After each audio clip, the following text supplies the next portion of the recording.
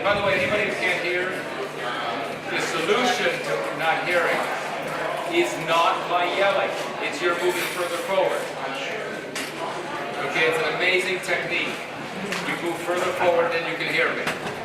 Okay, now, the reason I like to use, I don't like to use speakers because it just sets up a different dynamic, in terms of who's giving orders and who's listening.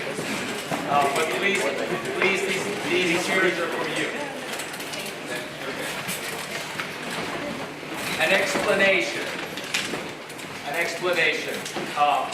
This is a process that involves a lot of real-time designing. Those of you who were there last night saw basically about a day's worth of work. And already this morning, I was getting feedback, and already this morning, between 9 and 11 o'clock, some things that I said yesterday had changed. And somebody said, well, that wasn't a good idea, and we said, we realized that this morning already. However, there's one rule that we have. We always need to have an idea. The rule is, you can replace the idea with a better idea, but you can't just say, don't have that idea. What we're looking for is the better idea, or the modification of the idea. Because the naysaying is very depressing. For example, you say, well, that was a horrible idea with the mall. I said, well, yes, but you have a better one. Because right now there are no ideas. And so that's the spirit of this. We're always putting things out so you can get into it and stimulate discussion. So that's one rule. Second rule is, by the way, we may have discarded something, and you might say, no, fish it out. It doesn't mean it's dead either. We can fish it out. Fish out the idea. This morning we simply had a better idea to one that you kind of heard about yesterday. But it doesn't mean we don't fish it out. It's just that we're working on something else now. The second issue is more of a problem. I know there's some new faces here. What happens is that the people who have been attending, for whom this is maybe even the fourth meeting, they're moving on really fast. And if I begin every time from the beginning, because you haven't heard, then I lose those people. If you're always in kindergarten, you lose the 6th graders. And if you're always in 6th grade, you lose the 9th graders. And I think you know that phenomenon. So generally, I speak very lightly about what has been said before, and I'm just moving on. But if you bring up, just be aware, those of you here for the first time, that I'm not bringing you up from the beginning. Although if you do have a question, I'd be happy to get there. But I don't automatically start from the beginning. Yep? Do you have anything available as far as minutes or online recording of the previous videos? Just videos. Is it online? What's happening with the videos? Yes, they'll be online. Yeah. Everything's videotaped. On the city website or? Could we find out where they can find it and then let them know? Let them know. Slight problem with that is that sometimes it's out of date and you come in. But certainly the evening and the Saturday presentations, those are the classic ones. Now these presentations during the day, they're specialized. And we begin with a specialized topic, in this case, transportation and traffic, and then we move on to general things, but we begin actually on the topic. Just to catch you up, last night, we had in the attempt to make Main Street walkable, we wanted to have a termination point to the half mile that we think can become first rate. And one termination point is the Gateway in Lexington, and the other one is the library. Okay, that's an exact half mile. It's excellent. And it's most of your good stuff is there. So the proposal we made is to bring back your investment, which is almost a mile long, burying cables, and say, don't bury cables for all that suburban sprawl stuff. They don't care. It's all about big signs and cars anyway. And let's do a better job with the half mile that people will actually walk. So we made that proposal. It was very popular. Then someone said, because I say everything in public as soon as I hear about it, somebody said, well, they're putting 5 or 6, they're putting 6 lanes between your idea and the library. So I mentioned it last night, we look it up, we try to resolve it, I mentioned it last night. And I say, this is a mess. And this morning, the city manager, he called us for a meeting at 8 o'clock, and the city manager has got the engineering department studying it. This is, basically there was a deep understanding of the problem and an attempt for everybody to be on the same page to resolve it. Now, this is the kind of thing we used to do in 1950 in America. There wasn't this process and this, and everything takes 2 months, etc. Part of what I'd like to institute is a feeling for impatience, for getting things done.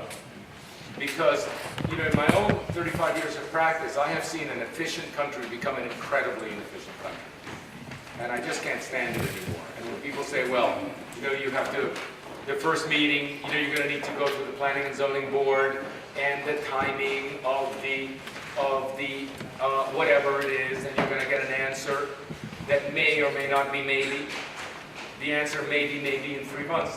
Why don't you tell me now? Tell me now, no or yes. It's part of what I call the pink zone, which is the light red tape zone. So this morning, 2 things happened. As soon as you let this out, of course the internet's fabulous. Somebody internets me that the city of Miami, the city of Palm Beach, highest real estate value in America, has just eliminated its planning and zoning board. Because everything ends up in council. So what you do is you go through months and months to go to planning and zoning, the usual cycle of notification, first notification, second notification, third notification. It doesn't matter how much you notify what you did, the council decides. They just killed the planning and zoning board, so it comes straight to council. That saves 4 months. And by the way, a brilliant idea, in my opinion. And now, if the world worked as it's supposed to, in that the planning and zoning board is efficient, and the council actually takes the advice of the planning and zoning board, then fine. But that's not what happens. The planning board is incredibly inefficient. It's nothing but friction, and the council decides. So this city got sick of it and just did it. Second thing that came in this morning is a 9-year-old girl, an African-American girl, 9 years old, opened a business in Winston-Salem. Okay, and I assure you, she doesn't have an attorney, she doesn't have permits, but it's in a storefront. And what happened is, they weren't going to torture her because she's 9 years old. Now, she gets to be 18, and of course she can't start a business. And it could be the same business selling cookies. The 9-year-old, everybody pities her and lets her start an actual business in which she's baking and selling stuff. The 18-year-olds, and by the way, if you're 30-year-olds and you can hire a lawyer, well, forget it. It's going to take a year or not at all. And I think we need to actually enable the young people, the unemployed young people, to act. Just to act. And all that energy suddenly happens because, they're really dying to do things. And we're preventing them. We are the problem. The older generation that wants everything neat and everything crossed and the I's and so forth. And so perhaps the spirit of having a bureaucracy that's enabling, that, the 9-year-old walks in and says, how can I help you start a business? That kind of thing is extraordinary. Just an anecdote yesterday. And everybody always tells me, I don't know why everything's secret, okay? But don't tell anybody. There's a level of fear, okay, when you actually, there's a level of fear. So someone told me, and I'm going to have to make up all sorts of fake things. Somebody's trying to turn, there's a commercial property right now that they're going to try to turn into an inn, and it's just 4 bedrooms. It's actually used residentially and commercially, but if you designated an inn, you need a full-time staff, 24 hours, only 4 bedrooms, full-time staff. You need to make all the bathrooms handicapped, and all the plumbing has to be torn out and redone, and you need a sprinkler system. Okay. Now, what is actually happening is exactly the same that happens now. Exactly the same. There are people gathering on the first floor. They're all peeing, flushing the toilet, turning on the light, like the same. But suddenly, you're in a $150,000 problem because some line somewhere in a code is not allowing something to happen organically. Now, that person with the 4 with a 4-bedroom situation is completely unable to overcome this problem. It's too small a business, and she might go out of business. Okay, now that is government at the maximum dysfunction. We need to clean that up completely, not just better it, just clean it up completely. Now I have to say something, and I don't see why I should spare anybody. Could I have the code, please? Okay.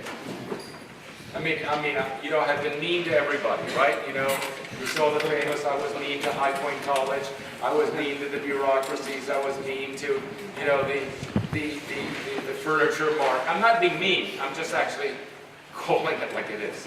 And mostly, I'm repeating what people tell me. Okay, and you know, and so I have this ability to air things so that you all know where the page is. Now I'm going to go after your code writer. You're getting a new code.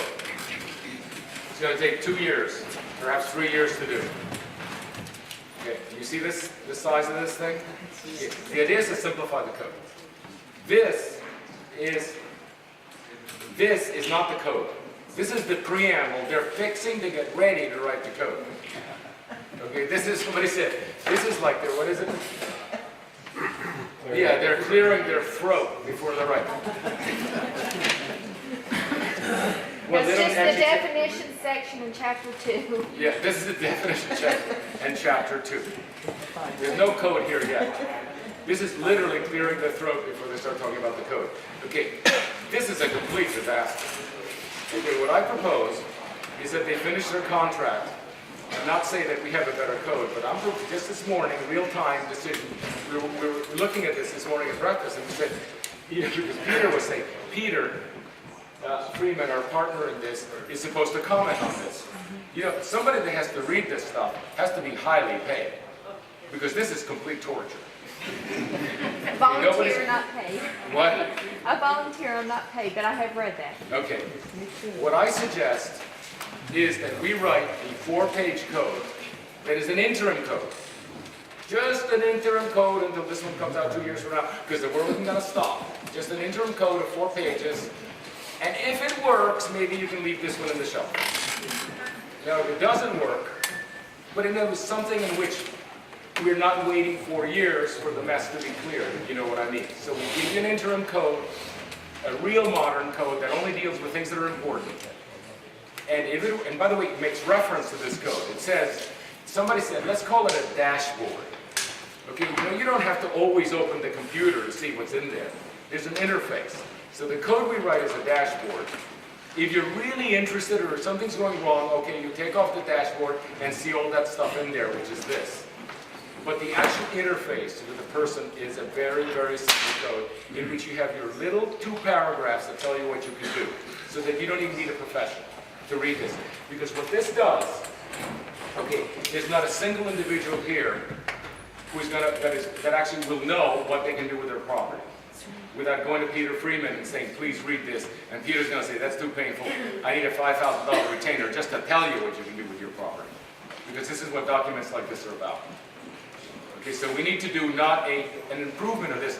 We're just going to propose a radical bypass. Just like they did in West Palm Beach, they couldn't reform the planning and zoning system, they just disbanded it. And it goes straight to council, which is, as I said, the people who decide anyway. And so that's the spirit that we're into. And if we have to step on toes, we have to step on toes. I don't know these gentlemen, I'm sure they're terrific. You got any idea how many shiesty workmen we've got out here? That work badly. Yes. That work badly. Probably the standard amount. How can you do away with the inspection department and control that work? Okay. with you? I will tell you how that might work. Are you going to use an architect on this, on your job? Or an engineer? Okay, because what happens is, I'm a professional architect, you're a professional engineer. I seal the drawings. Okay. When something goes wrong, whether it's shicey workmen or anything at all, and my drawings have been inspected by the planning and building department for 3 months, and I have spent a huge amount of my fee demonstrating and begging and cajoling and going back and forth, and the inspectors are coming in and out, you know, for every single trade. In the end, when something goes wrong, and somebody says, you're in trouble, you did something wrong, I don't think of going to the city and saying, I'm sorry, city, you approved this. It's 100% my liability. It's such 100% my liability that I don't even think of calling the city. So why are they inspecting anything in the first place? I would much rather, actually, when I put my stamp on saying, I am self-inspecting this, I am responsible for passing the code. And you know what's more? Because I don't have to deal with the city and the bureaucracy, I've got enough fee left over to actually do a good job. And really do a good job in the drawings, and really do a good job in inspection, and furthermore, I can pay for insurance. You know, because I'm human and I can do a good job. So you completely reallocate, those funds that are going to just dealing with red tape back to the real actual job, which is building well. And I would sign every single time because I am 100% liable anyway. He's 100% liable anyway. So get the city guys out of here because they're not liable at all. So that's the answer to that. It's not so radical. Well, I built 3 houses, and the third one I built it on my own. Yeah. Because I had the type workmanship to do it. Yeah. And with me supervising them and looking over it, I can see the mistakes that they made today. But I didn't see them then. Well, but were you a professional builder? No. No, I'm not saying this is a contractual, the city's still there if you want to use them. But what happens is you have to use a professional, obviously. I'm not saying this is a free-for-all at all. It's a conditional situation. It's one track. You can either do the track in which you do the city currently, or you can just bypass the track and call it self-inspection. By the way, this is not even radical. Montgomery County, Maryland is doing this. By the way, in the rural South, immediately outside of Atlanta, they don't have inspectors. That's how they do it. You basically sign, notify of beginning, notify to end, you promise to meet the code, and we're going to get you if you don't. Meet the code, and by the way, make sure the utilities are happy with your connections. And that's how a lot of America gets built. By the way, these buildings in which we're in now, in fact, most of the buildings in America from 1940 were actually done non-inspected. I believe that the incredibly shoddy workmanship we have now has partially to do with the assuming that the nanny state is going to catch you. Okay, and therefore, you get through the nanny state, the nanny being the nursemaid. So we just need to actually go back to individual responsibility as an option. Those of you who want to be overlooked, fine, you can do that, but there needs to be a bypass option. It's happening all over. What I'm proposing here is that this become, in certain zones, that in this place, this becomes the center of initiative in this kind of bypassing of bureaucracy. That's all. And virtually everything we're proposing is being done somewhere. It's just that here we might collect it all in one great place. And then we get some state funding, because I understand the Republicans, they're real happy with this idea.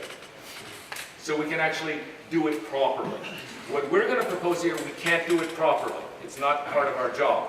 But if there's a pickup on this, we'll actually get the lawyers to write it up right, get the forms written up right, and then you can actually get the 9-year-old girls starting cookie stores again. So that's the idea. By the way, were you injured or did you die from your bad experience? No. It's not that bad. I run a commercial cleaning business, and we did a lot of high-dollar insurance work. And I lost $38,000 on one job because I didn't get a permit. Yeah. But I didn't know that I was just making repairs. I didn't know that was just a man beaten in court. That was a learning lesson. Yeah. Because you didn't get a permit Yeah. to clean something. Well, no, you had to be over 25,000 to get a permit. You could make any kind of repair. But whatever it is, I mean, that was there are too many people overlooking too many people. And it's making, now, by the way, if this were, I repeat, if this were a very high value area in which the builders could do things very profitably, like New York City, where the profits are enormous, then of course you could pay all the lawyers and consultants you want. But here the profits are too tight. You can't go through this process. It's preventing too many people from doing the work they want to do. Particularly the young people that don't know how to, see, some of us at a certain age, we know how to maneuver through this nightmare. But when I started out in 1974, I didn't know how to maneuver. But I got a lot done because there weren't the impediments. But now the young people are encountering a whole new world in which they're incapable of dealing with. See, you grew with the system, so you learn how to maneuver it. The young people are hopeless. They can't do it. They can never catch up, so they can only work for others or drop out or become artists, which is that's all they ever do is become artists. Because it doesn't require a permit. The world has never seen so many artists. It's the only thing you can do in America, or you can make a video, that doesn't require a permit, yet. Okay, so anyway.